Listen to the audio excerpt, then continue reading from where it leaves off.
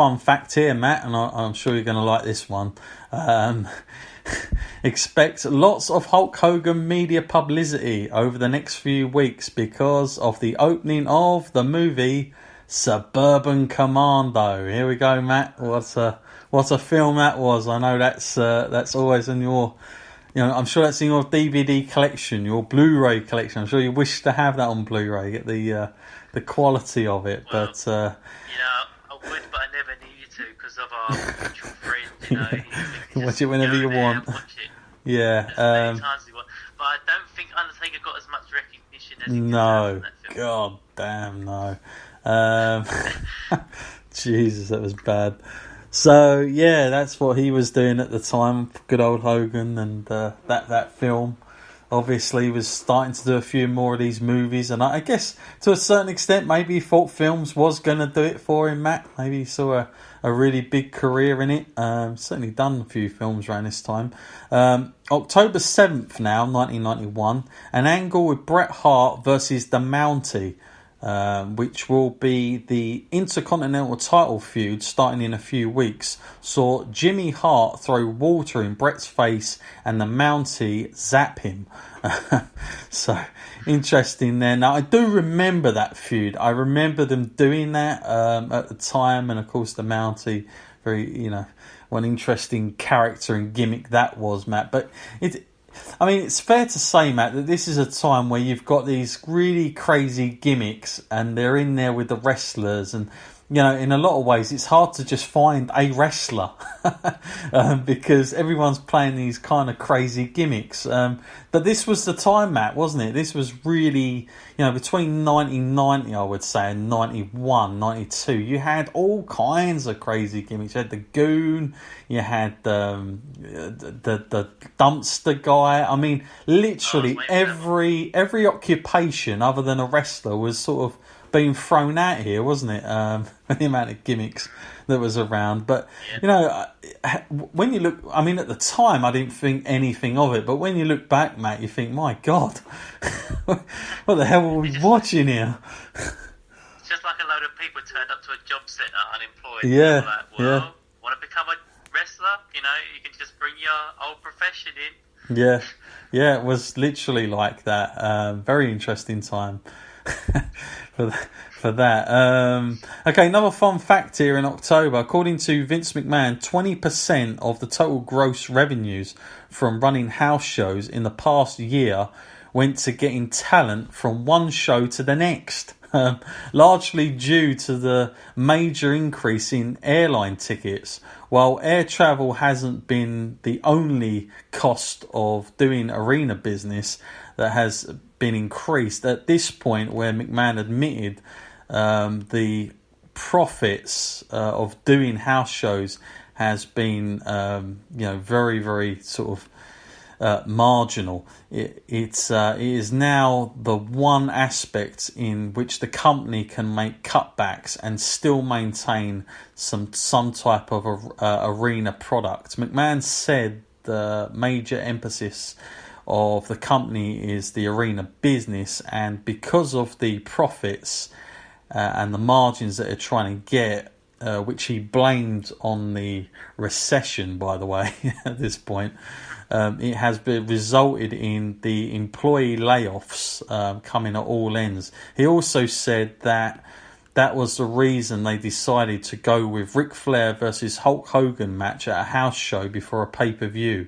So very, very interesting here, Matt, that maybe this is the first sort of signs that Vince started to sort of look at things differently, look at it as more of a business maybe. And I know that the airline tickets and all the rest of it, they started to make the boys kind of start driving everywhere and all the rest of it, and you'd have to literally get in, sort of squat into a car and share it with others to sort of cut the costs down a lot. But does that surprise you in any way, Matt, back then when you hear stuff like that about, just when you think about it, it's almost like a circus that's going around, and if you're paying everybody on airline fares, I guess that's going to sort of mount up at some point, isn't it? Oh yeah, it'll be astronomical prices for the WWE in a whole to pay for everyone's travel like that. business, doesn't it? I mean, Yeah. when you work the independent circuit, you're used to it anyway. You travel from A to B for like pretty much nothing. You end up wrestling for free almost. So coming to WWF at the time and doing it that way, you know, I guess you'd feel a little bit better about it because you're on like the national TV and Sure. you know, you're getting your name out there, you're getting yourself a bit further. So I can't imagine too many hard feelings about having to go down that route. But yeah, you can definitely see that WWE's feeding the pitch then, and that is actually, you know, not financially ethical to pay for people to travel when you could be saving that amount of money. Sure. It's a cool part here, and I guess it shows how business was back then, especially when you try and measure business to today and the sort of problems that go on. But they were about to do the England tour over in our, of course, country, Matt, and this was in sort of the October time of '91 here, and there's a kind of big story running here in the London Times. Ran an article on the 4th of the 10th edition about the WWF, saying that it was the biggest drawing form of entertainment of any kind in the United States, drawing bigger live crowds than any sport or concert performer. So you can see that fact-checking wrestling stories or lack therefore isn't limited to just American media. Interesting that the photo that went with the story was the Ultimate Warrior. I don't know how that went down with Vince, considering what just happened at SummerSlam, but there you go. Who not only wasn't even in this tour, but isn't even with the WWF anymore. The story reported that the Wembley sellout 56 minutes after tickets went on sale. That's incredible, Matt. I mean, we're talking 92 here. I mean, that is something, isn't it? Now, so this is, of course, a big deal for us here, Matt, because, you know, we know that Wembley was going to be the venue for SummerSlam, you know, but here they already were selling it, Matt, in October. That's incredible, isn't it? And 56 minutes. I mean, we're talking 80, 90,000 people here. That's incredible, isn't it? I mean, this is a time, I want to just put this out. This is a time before you had the likes of Ticketmaster just sort of munching up all the tickets and, you know, all these companies just buying, you know, tens of thousands to sell them on third party ownership. This is a time where stuff like the internet is not available. You're literally buying tickets.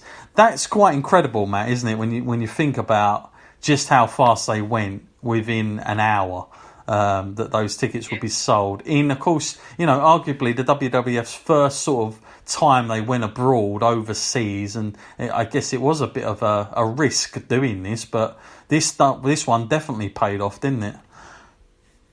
Yeah, and like you said, it's definitely one of those kind of things you won't ever see again, really. Yeah. Because it is just people literally buying those tickets because they're sold by word of mouth, by promos. Mm-hmm. You know, there is none of this like, I'll hold on to them and put them on eBay or anything. Yeah. Nothing like that's existing at the time. People are just buying this for themselves, you know. And, you know, I can't remember the last time that's ever happened, really, when people just bought that many tickets and everyone held on to them. Yeah, it's worth pointing out as well that this was the fastest sellout ever in Wembley Stadium, which includes a Madonna concert. It may be the fastest sellout for a building of that size ever in wrestling, as Japan UWF sold out a similar sized building in Tokyo, but it took a few hours. And although the old UWF did have 15-minute sellouts, they were only for 2,000 seats. So that is, you know, an I'd love to see where that lies today, if that still holds some sort of record. I wouldn't be surprised, quite frankly, if that's held on for a long, long time. But that's so fascinating considering what we think of Wembley. And of course, that will definitely come up in this timeline. We will get to that at some point as well. So, but incredible that they were already able to sell it out in October, Matt. I mean, that must have been... Vince must have thought to himself, well, that's that done. I haven't got to try and sell that before Christmas or whatever over in England. That's literally done. I mean, that's a beautiful guarantee, isn't it? For next summer at that point as well, isn't it? For a business, like a company point of view. Yeah, I wouldn't mind them doing that kind of thing with Wembley again. Yeah, well, bring it over. We're ready. I mean, listen, I'm guaranteeing that same it would get sold out. Don't know where it'd be as quick as that, but it definitely gets sold out easily. October 21st now, 1991. Some talk of Owen Hart coming here in January, that is the WWF, to reform the Hart Foundation tag team with Jim Neidhart while Bret works as a single. Actually, Owen is better in singles, to be honest, from what I've seen, says Meltzer. But Titan sees him being pushed more only as a tag team wrestler. Well, that's interesting, isn't it? And it doesn't surprise me that that's how WWF would view somebody like Owen Hart at that time, to be quite honest with you. October 28th now, 1991. On Monday, the WWF and Ricky Steamboat, basically, they had a bit of an issue here. They terminated their relationship in sort of a quit-fired scenario. Steamboat wrestling as the Dragon. You remember that one, Matt? Always had to do that, didn't they, with their wrestlers? Could never just be Ricky Steamboat. It was always something, and then he had to come out with the wings and all the rest of it. So poor old Ricky Steamboat there. But he gave notice to the WWF that he would be finishing up on the 16th or the 12th because he was unhappy with that he'd been promised a big push and that hadn't materialised and didn't appear to be going to anytime soon either. So he was also unhappy about money. Steamboat signed a 2-year contract with Titan in January that went on the road full time in April, but had only earned around $52,000 or about that level. That WCW wrestlers like Van Hammer, Johnny B. Bad, of course that was Mark Merrill at the time, and Chip and the Firebreaker. Don't know who these guys are, by the way, but I'm guessing they weren't too good at the time. But they're trying to reference that he was getting that kind of money, which is what some of these bad wrestlers were earning at WCW. At Monday's television tapings, the agents asked him to do television squash jobs for IRS and The Undertaker. Reports are that Steamboat was willing to do the jobs to anyone at arenas until leaving, but he wasn't going to work as a television jobber after the reputation he's built up. When he refused, Vince McMahon fired him on the spot. And that was pretty much that. I read this out, Matt, because, not now, but I know further down the line, these issues, that, we know what's coming, I guess, if you know Bret Hart, that's synonymous with something that's going to lie ahead. But it's interesting just to hear these stories when guys kind of get frustrated and how Vince is dealing with this. We heard about the Ultimate Warrior a little bit earlier. Here we get another scenario with Steamboat. Matt, Steamboat for you, again, I don't know another time when we're going to talk about Steamboat, but he was one of the sort of true great technical wrestlers as well, wasn't he? And it's kind of a shame that Steamboat and Bret never really got that big feud, that program together, because I think those two would have done some great matches as well. Oh yeah, that would have been like a dream kind of scenario, wouldn't it?